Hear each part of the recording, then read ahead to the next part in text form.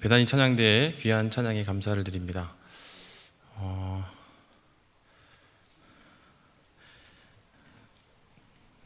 천국 가면 이제 뭐 설교도 안 듣고 기도도 안 해도 되고 찬양만 한다 그러는데 천국을 이미 갔다 온 것 같아요. 그래서 귀한 찬양에 감사를 드립니다. 배단위 찬양대. 네. 설교가 너무 길어지거나 아니면은 이제 복잡하거나 그럴 때 지난 설교 뭐였지? 오늘 수요 2부 설교 뭐였지? 그렇게 이제 고민이 될 때가 있습니다. 그래서 놀랍게도 주보에서 요약을 해줬어요. 여러분 주보를 잠깐 보실까요? 그 수요 1부 유재경 목사님 말씀 제목이 오직 사랑의 의도로, 2부 제목이 제자 양육 훈련. 그래서 설교가 생각이 안 나시면 오직 사랑의 의도로 제자 양육 훈련을 하나님께서 하시는구나, 이렇게. 저도 이런 거 되게 좋아하는데 우연히 딱 맞아떨어졌습니다. 그래서 하나님 감사합니다, 이런 마음이 들었고요. 우리 한번 따라해 보겠습니다. 하나님이 양육하십니다. 여러분 믿으십니까? 네. 아멘.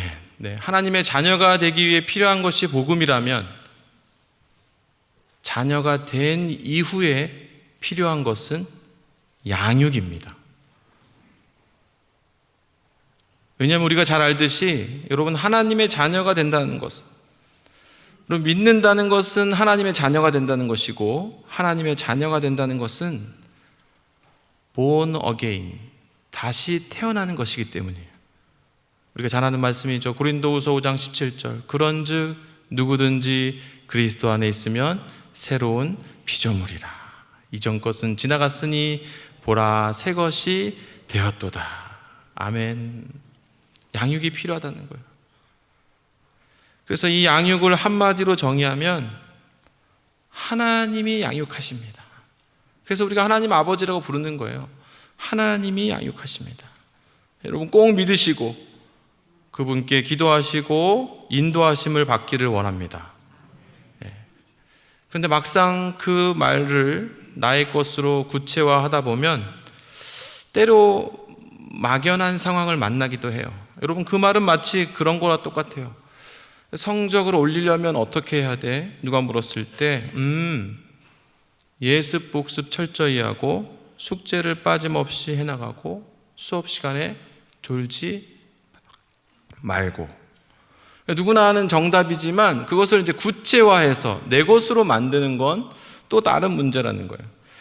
그래서 하나님의 양육, 하나님이 중심이 되어 가시는 하나님의 양육을 구체화하는 작업이 바로 제자 양육 훈련입니다. 이 단어는 각각 쓰이기도 해요. 제자가 필요합니다. 양육이 필요합니다. 훈련이 필요합니다. 또는 붙여서 쓰기도 해요. 제자 훈련. 제자는 그냥 되는 것이 아니라 훈련으로 되어지는구나. 제자 양육. 제자는 마치 아이를 키우는 것과 같은 양육의 방식으로 우리가 이해하면 되는구나. 양육, 훈련.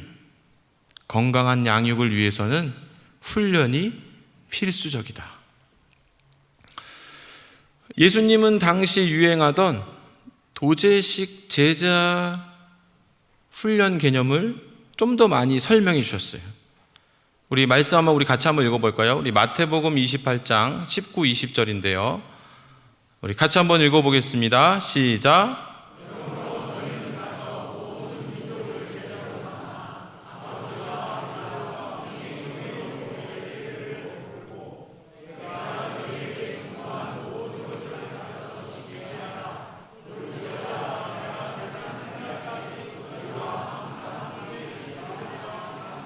아멘.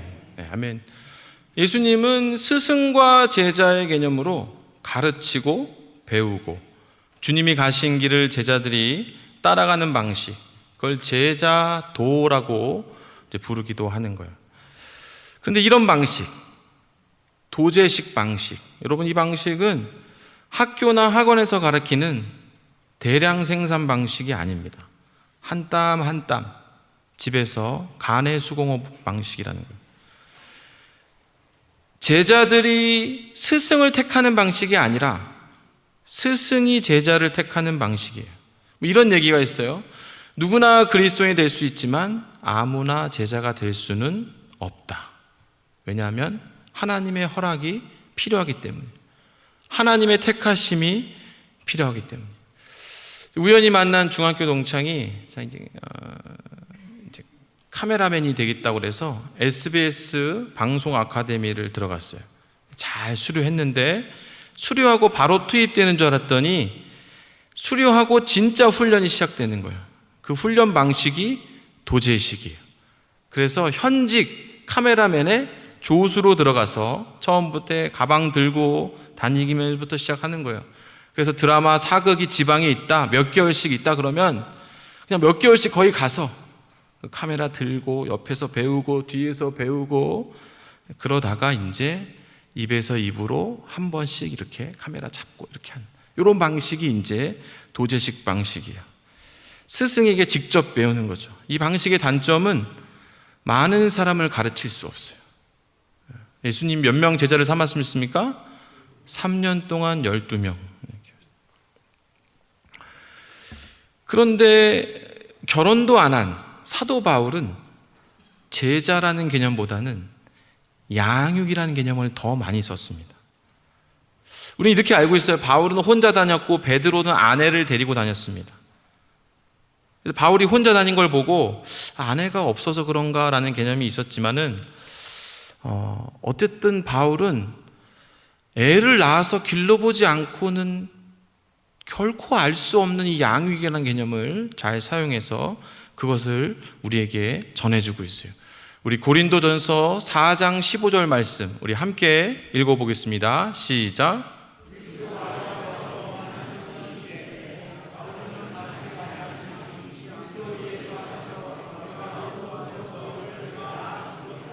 아멘. 아멘. 여러분, 예수님의 제자도 방식도 맞고 바울의 양육 방식도 맞습니다. 이 둘을 합쳐서 우리는 양육이라고 이제 함께 아울러서 부르기를 원하는 거예요. 그 양육 안에는 3가지 기둥이 있는데 티칭, 트레이닝, 힐링이에요. 3가지가 그 안에 다 들어가 있어요. 먼저 티칭이에요. 이게 가르치고 배우는 시간이 필요해요. 이게 주로 성경 공부 형태로 전해지니까 제자 훈련이 성경 공부인가 보다 이렇게 오해가 생길 수도 있지만 성경 공부가 전부는 아닙니다. 왜냐하면 잘 배웠지만 배운 대로 삶에 실천하기가 녹록지가 않아요. 말씀대로 살기가 쉽지가 않아요. 그래서 뭐가 필요하냐면 트레이닝, 훈련이 필요한 거예요. 훈련을 도와주는 코칭이 같이 들어가는 거예요. 신기하게도 혼자 안 되는데 함께 하면 됩니다. 언제 훈련이 끝나냐면 혼자서도 잘할 때, 그때 이제 훈련이 끝나는 거예요. 트레이닝은 여러 가지 분야에도 포함됩니다. 큐티 훈련, 전도 훈련, 나눔 훈련, 중보기도하는 훈련 다. 그렇게 여러분 훈련하다 보면 3년, 5년, 10년이 지나가다 보면 상처가 나기도 하고 부상을 입기도 하고 실제로 뭐 다쳤다는 게 아니라 영적으로 그렇다는 거예요. 그래서 뭐가 필요하냐면 힐링이 필요합니다. 힐링. 하나님의 양육은 이 힐링까지도 포함하고 있는 거예요.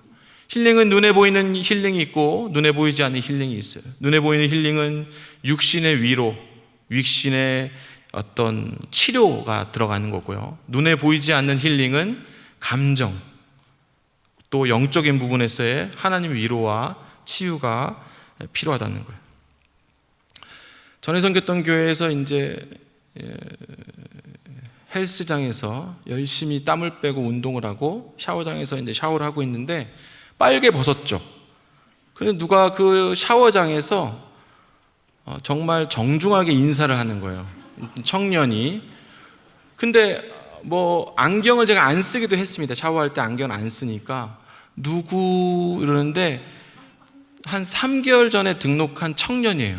자기 엄마랑 같이 등록했다는데 죄송해요. 제가 몰라봤어요. 이러면서 이제 이렇게 인사만 이렇게 서로 빨개 벗었어요. 이렇게 어떻게 할 줄을 몰라갖고 이렇게 뭐 악수하기도 뭐 하고 그래갖고 이렇게 인사를 하고 지나갔어요. 대수롭지 않게 생각했어요. 한 2주가 지났는데 또 누가 그 샤워장에서 인사를 하는데 아니겠지 했는데 지난번 그 청년이에요. 그래서 아이고 그러십니까? 아이고 이렇게 우리가 자주 겹치네요. 그러면서 이제 또 인사를 하고 그리고 지나갔어요. 그리고 이제 일상생활을 살아가는데 또 새벽마다 뭐 기도하고 말씀 보고 이렇게 하는데 자꾸 그 청년이 생각이 나요. 아무래도 이게 하나님의 사인일 수도 있겠다 그래서 한번 전화를 해서, 그때는 제가 청년부를 담당도 아니었습니다. 전화해서 뭐 차 한잔 할까요? 그래서 이제 차를 한잔 하는데 얘기를 들어보니까 20살 때까지 교회를 나오다가 한 10년간 교회를 떠나 있었어요. 10년 차 되는 30에 이제 그냥 무작정 부산으로 여행을 떠난 거예요. 여름 휴가를 부산으로. 계획도 없이. 근데 부산을 갔더니 뭐 재미난 게 없어서 마라도로 가는 배, 저기 마라도가 아니라 저기 일본이 옆에 있는 게 뭐예요? 대마도, 미안해요. 죄송합니다. 대마도로 가는 배를 그냥 끊고 타고 가고 있는 거예요. 그러니까 이 청년이 약간 그런 스타일이에요. 약간 계획 없이 이렇게. 그러니까 헬스장에서 막 빨가벗고 인사하고 막 이렇게.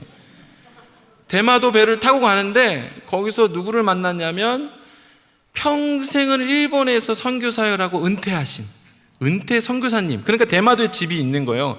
은퇴 선교사님은 이제 부산하고 대마도로 왔다 갔다 하시는데 이제 그 선교사님에게 또 사인이 간 거죠. 청년 어디로 가? 대마도로 간다고. 그래서 어디 묵을 땐 정했어? 아예 안 정했대. 우리 집에서 내가 숙소를 제공할 테니까 뭐 이렇게 머물래요? 그랬더니 또 그런 걸 좋아해요. 이렇게 막 임의의 상황을. 그래서 그 청년이 그 선교사님과 같이 대마도 가이드도 받고 2박 3일을 공짜로 그 숙소를 정하면서 무슨 얘기를 들었겠어요?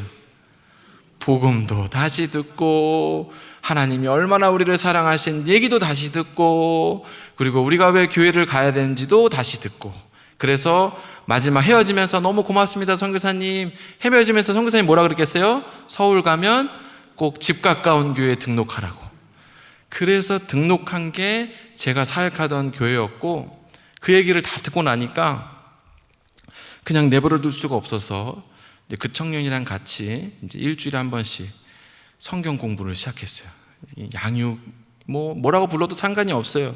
시작을 한 거죠. 근데 중요한 건 제가 드리고 싶은 말씀은 뭐냐면, 교회를 떠나 있던 10년 동안 얼마나 많은 세상 철학, 이단에도 잠깐 갔다 왔대요. 얼마나 많은 세상 철학, 이단 사상, 개똥 철학, 그냥 뭐 다 들어가 있어요. 성경 공부를 하는데 계속 부딪히는 거예요. 요건 요거고. 힐링이 필요합니다. 힐링. 육신의 힐링도 하나님께서 해주시지만 양육 가운데 내가 알지 못했던 우리 마음을 스쳐 지나간 상처들, 아픔들, 낙담했던 낙심들, 이런 것들이 말씀 가운데 다 치유가 들어가야 되는 거예요. 그래서 그런 마음으로 이렇게 우리가 이제 오늘 그런 주제로 이제 말씀을 나누고자 하는 거예요. 모든 영역을 다 다룰 수는 없고요. 특별히 이제 리더십의 3가지 유형 중에서 2번째 유형에 해당되는 분들을 위해서 오늘 함께 말씀을 나누는 거예요.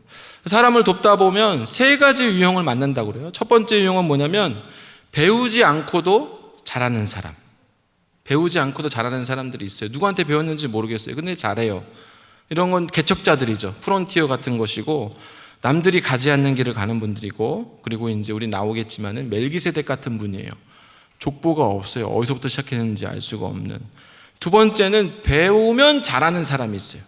혹은 배워야 잘하는 사람. 이분들을 위해서 오늘 말씀을 준비한 거예요. 3번째는 배워도 못하는 사람들이 있어요.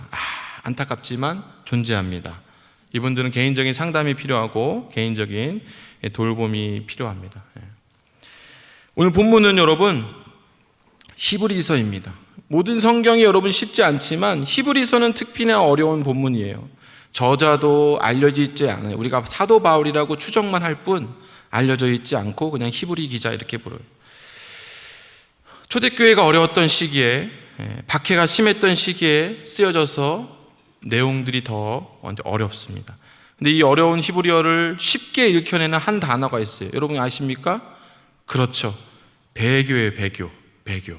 모든 장을 읽을 때 히브리어는 배교의 상황 가운데 쓰여진 본문이구나 하면서 배교라는 단어를 염두에 두시고 히브리서를 읽으면 술술 이제 풀리는 거예요.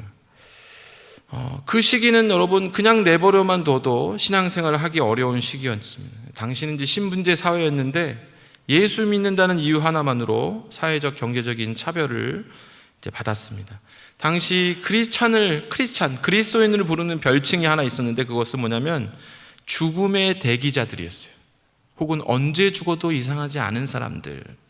그만큼 차별을 받았고 사회적 약자였고 초대교회는 그렇게 약 280년간을 인내해야만 했어요. 그러다 보니까 견디다 못해 다시 유대교로 돌아가는 사람들이 생겼고 그런 배교가 이제 생겼던 거죠. 예배 초소가 비밀스럽게 알려졌는데 공동체에서 한 명이 배교하면 그 공동체 사람들이 다 위험에 빠지는 거예요. 리더들이 잡혀가서 죽거나 고문을 당하고 그런 일들이 있고 예배 공동체 전체에 위험이 되었던 거예요. 히브리서 기자는 그 같은 상황을 히브리서 2장 1절에서 이렇게 기록하고 있습니다. 우리 2장 1절을 같이 한번 읽어보겠습니다. 시작.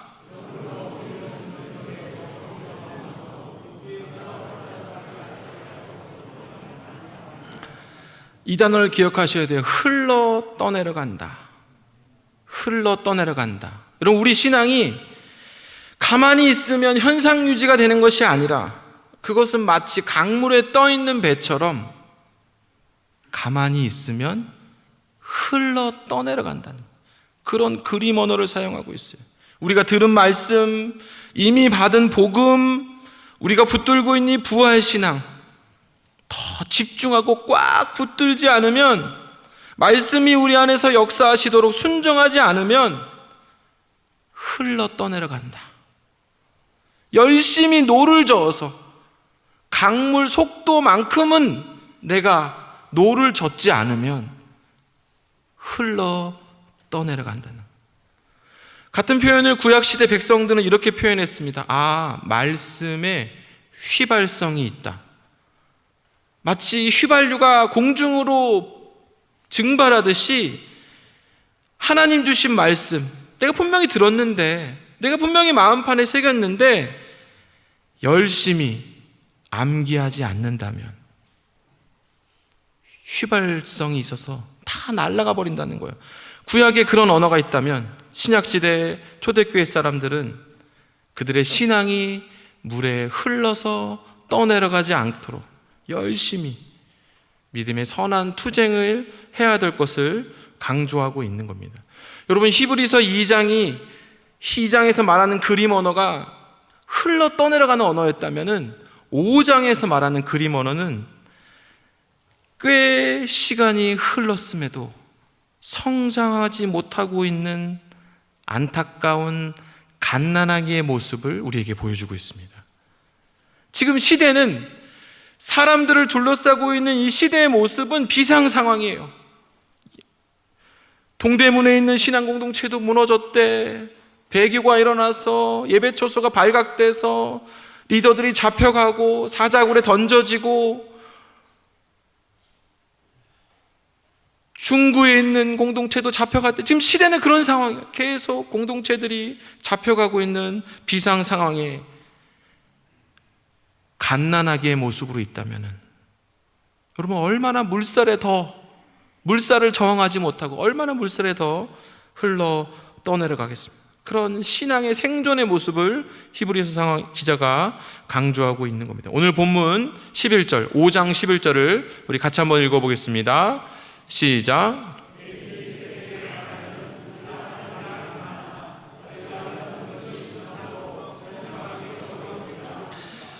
네, 멜기세덱이라는 신비로운 제사장이 있습니다. 보통 여러분, 율법은 모세부터 시작했어요. 그러니까 율법을 주시고 제사 제도를 마련했기 때문에 출애굽한 이후에 새 시대, 새 율법, 그러니까 제사 제도도 그때부터 법제가 됐어요. 초대 제사장이 누굽니까? 아론이에요. 아론. 그때부터 아론의 계보를 따라서 제사장이 이렇게 흘러갔어요. 근데 멜기세덱은 언제 사람이냐면 아브라함 때 사람이에요. 갑자기 등장했어요. 아브라함이 멜기세덱에게 11조를 바쳤다는 거예요. 이름은 정의의 왕이고 살렘의 제사장이지만은 이 살렘은 예루살렘의 옛 이름이에요. 왜 등장한 이유를 알기가 어렵다는 거예요. 근데 지금 히브리 기자는 유대교로 돌아가고자 하는 사람들에게 예수님 얘기를 하면서 예수님을 강조하기 위해서 예수님이 우리 죄의 문제를 해결하시고자 하셨던 중보자였고 대제사장 역할을 감당하신다는 거예요. 근데 대제사장들은 계보가 있잖아요. 근데 예수님은 제사장 계보가 아니거든요. 그러니까 예수님 뭐라고 설명합니까? 멜기세덱의 반차를 따른 멜기세덱 계보의 제사장이다, 그런 얘기를 지금 하고 있는 겁니다. 우리 히브리서 5장 10절 제가 한번 읽어보겠습니다. 하나님께 멜기세덱의 반차를 따른 대제사장이라 칭하심을 받으셨느니라. 이게 지금 예수님에 대한 설명이에요. 그러니까 히브리 기자는 지금 할 얘기가 많고 예화를 들어야 되는데 지금 운전을 하지 못한 사람이 있기 때문에 운전 예화를 못 들겠다는 거예요. 지금 너무나 깊은 하나님의 진리를 설명하기 위해서는 내가 직장 생활이 얼마나 힘든지를 예화로 들려고 하는데 아직 직장을 안 가본 사람들이 있다는 거예요. 아직도 갓난아기여서 답답하고 어렵다라고 히브리서 기자가 얘기하고 있는 거예요. 11절 하반절이죠. 듣는 것이 둔함으로 설명하기 어려우니라. 다른 말로 하면 배우는 것이 느리다, 성장이 느리다, 오래 배워도 진리에 이를 수 없다. 마치 한 번도 배우지 않은 사람처럼 성장이 멈춘 경우가 있을 수 있다. 하나님의 말씀에 어떤 특징이 있다고요? 휘발성이 있어요. 가만히 두면 막 날아가요. 누구는 날아가고 누구는 내려가고 그런 신앙의 모습이 우리 안에 있을 수 있다. 여러분, 그런 신앙의 모습이 성경에 기록됐다는 것은 그만큼 복음으로 하나님의 자녀가 되었지만 영적으로 보면 여전히 갓난아기의 모습인 신앙인들이 있을 수 있다. 역사가 오래되었다. 그렇다면 왜 양육으로부터 멀어진 신앙생활을 하게 되는 경우가 있습니까? 그것은 두 가지예요. 하나는 기회가 없었거나, 두 번째 본인이 거절했거나, 또는 책임을 지는 아비를 못 만났거나, 그리스도 안에서 1만 스승이 있으되 아비는 많지 아니하니. 여러분, 목회자들에게 끈적끈적하게 달라붙으십시오. 목사님이 책임지세요. 혼자 신앙생활하지 말고, 자꾸 스승들만 만나려고 하지 말고, 여러분 끈적끈적하게 하나님께서 영혼을 계수하고자 하실 때에 그 맡긴 자들에게 찾는다고 하셨거든요. 내 영혼을 책임지라고 끈적끈적하게 달라붙으십시오. 한 번 기도할 거 두 번 기도하고, 두 번 기도할 거 네 번 기도하게 됩니다. 두 번째는 상처가 있는 경우에 쓴뿌리가 있다. 사역을 할 때 20살 때 고아가 된 청년을 만난 적이 있습니다. 어릴 때 아버지를 여의고 세 식구, 엄마, 자기, 여동생, 이렇게 세 식구가 살아가는데 여러분, 세 식구에 엄마가 얼마나 소중합니까? 아버지 역할도 하고 어머니 역할도 하고. 근데 20살 되던 해 엄마마저 죽을 병에 걸린 거예요. 이 청년이 하나님께 매달려 기도합니다. 하나님, 안 됩니다. 엄마가 얼마나 우리에게 소중한지 아시지 않습니까? 하나님, 한 번만 제 기도를 들어주세요. 아버지까지 데려가셨는데 이 엄마마저 없으면 어떡합니까? 그런데 청년의 얘기로는 하나님께서 엄마를 데려가셨다는 거예요. 아니, 하나님이 엄마 데려가신 게 아니죠. 사람마다 수명이 있을 수 있는 건데, 하나님에 대한 이미지가 우리 부모님을 다 데려가신 분으로. 그래서 그거 이제 성경 공부를 시작한 지 한 8주 만에 그 사실을 알게 됐어요. 여러분, 그 사실이 마음속 깊숙이 새겨져서 성장을 맡게 되고 성숙을 맡게 되고, 얼마나 많은 하나님의 말씀을 들어도 그것이 은혜를 내리지 못하게 막고 있는 거죠. 우리 히브리서 12장 15절 말씀 우리 함께 읽어보겠습니다. 12장 15절입니다. 시작.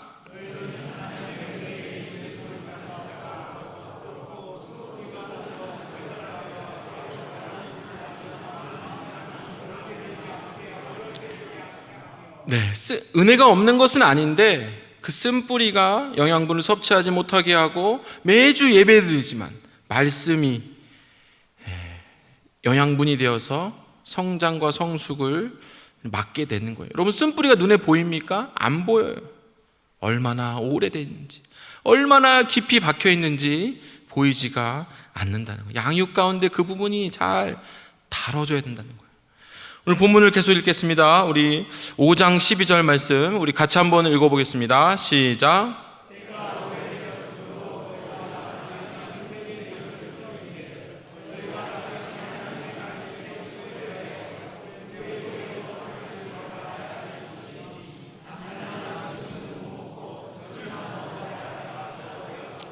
네, 아멘. 12절에 더 직접적으로 말씀의 초보라는 단어를 사용하고 있습니다. 때가 오래므로 마땅히 누군가를 가르치는 선생이 되어도 부족하지 않을 만큼의 연수인데 여전히 초보를 벗어나지 못하고 있는 안타까운 현실에 대해서 얘기를 해주고 있는 겁니다. 영적인 성장을 사람의 육적인 성장과 비교해서 설명을 하고 있는 거예요. 단단한 식물을 못 먹는 단계다. 일단은 여러분, 태어나면 얼마나 귀엽습니까? 그 존재 자체로 기쁨이 되고 평생 할 효도를 어린아이 때 다 했다라는 말이 있을 정도로 너무 기쁘죠. 그러나 그 아이가 마치 반려동물도 아닌데 그 모습 그대로 5년이고 10년이고 그 모습 그대로 응애 하고 있다면 이것은 이제 부모에게 걱정거리라는 거죠. 걸을 때 되면 걷고 먹을 때 되면 먹고 매운 음식도 척척, 김치도 척척. 하나님께서는 부모의 마음으로 우리가 이제 단단한 음식, 하나님의 더 깊은 말씀을 함께 나눌 수 있는 성숙한 사람들이 되기를 원하고 계시는 겁니다. 우리 오늘 본문 히브리서 5장 13절에서 14절 함께 읽겠습니다. 시작.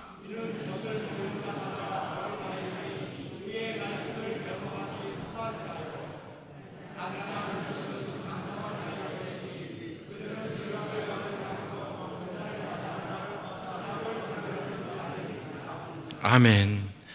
단단한 음식을 먹는 사람들의 특징이 나오는데 그것은 뭐냐면 선악을 분별하는 자들입니다. 여러분, 선악을 분별한다, 판단하고 평가하고 답을 내린다는 뜻이 아니라 이 세상을 살아가면서 우리에게 이로운 것이 무엇인가, 해로운 것이 무엇인가, 특별히 눈에 보이지 않는 우리 영혼에게 이로운 것이 무엇인가, 해로운 것이 무엇인가를 잘 분별한다는 겁니다.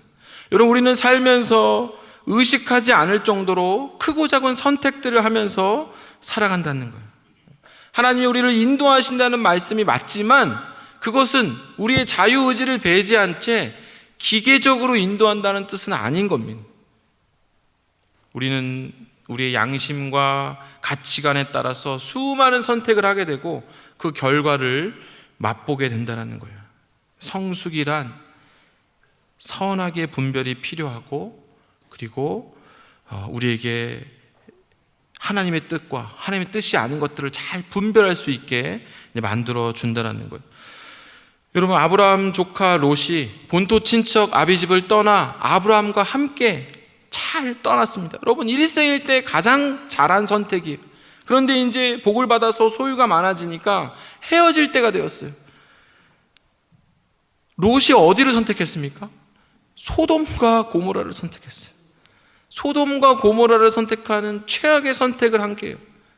당장 우리 눈에 좋아 보이는 선택이라 할지라도 그것이 장기적으로 우리의 영혼에 안 좋을 수도 있고 우리의 미래를 진흙탕 속에 빠뜨리는 선택일 수도 있다라는 거예요. 그러니까 선악을 분별하는 성숙이란 그런 분별을 말하는 거죠. 재산을 좀 포기하더라도 양들, 낙타, 뭐 이런 말 좀 떠나보내더라도 아브라함을 꼭 붙들어야 돼요. 아브라함이 복이라는 거예요. 단단한 음식은 장성한 자의 것이니 그들은 지각을 사용함으로 연단을 받아 선악을 분별하는 자들이냐. 여러분, 특별히 이 연단이란 단어에 주의 깊게 살펴보시기를 바랍니다. 연단을 받아 선악을 분별하게 된다. 연단 뭡니까? 트레이닝이에요. 트레이닝, 훈련. 분별력이 어디서 오냐면 연단을 통해서 온다는 거예요. 훈련을 통해 온다는 거예요. 그러니까 여러분, 양육이란 뭐냐면 연단 그 자체이기도 하고 혹은 연단 받고 있는 사람들을 옆에서 도와주는 모든 손길들, 모든 시간들을 다 말하는 거예요. 이제 말씀을 맺고자 합니다. 마지막 한 가지만 말씀을 드리고 말씀을 맺고자 하는데요. 그것이 무엇이든 어떤 교재로 어떤 형태의 제자도 훈련을 받든 제자도 훈련의 마지막 단계가 있어요. 그 마지막 단계는 뭐냐면 바로 주제권입니다. 주제권이 뭐냐면 누가 주인이냐의 문제인 거예요. 그것이 됨으로 우리가 이제 주님의 제자로서의 삶을 시작하게 되는 거예요. 알면서 끝나는, 물론 바로 대답하셨는데요.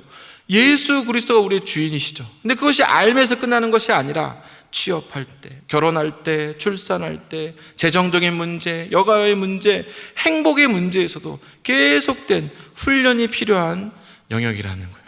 우리 사랑하는 영락교회 성도 여러분, 서두에 말씀드렸듯이 장하게 설명을 들었지만은 누가 우리를 양육한다고요? 주님이 우리를 양육하심을 여러분 믿으시기 바랍니다.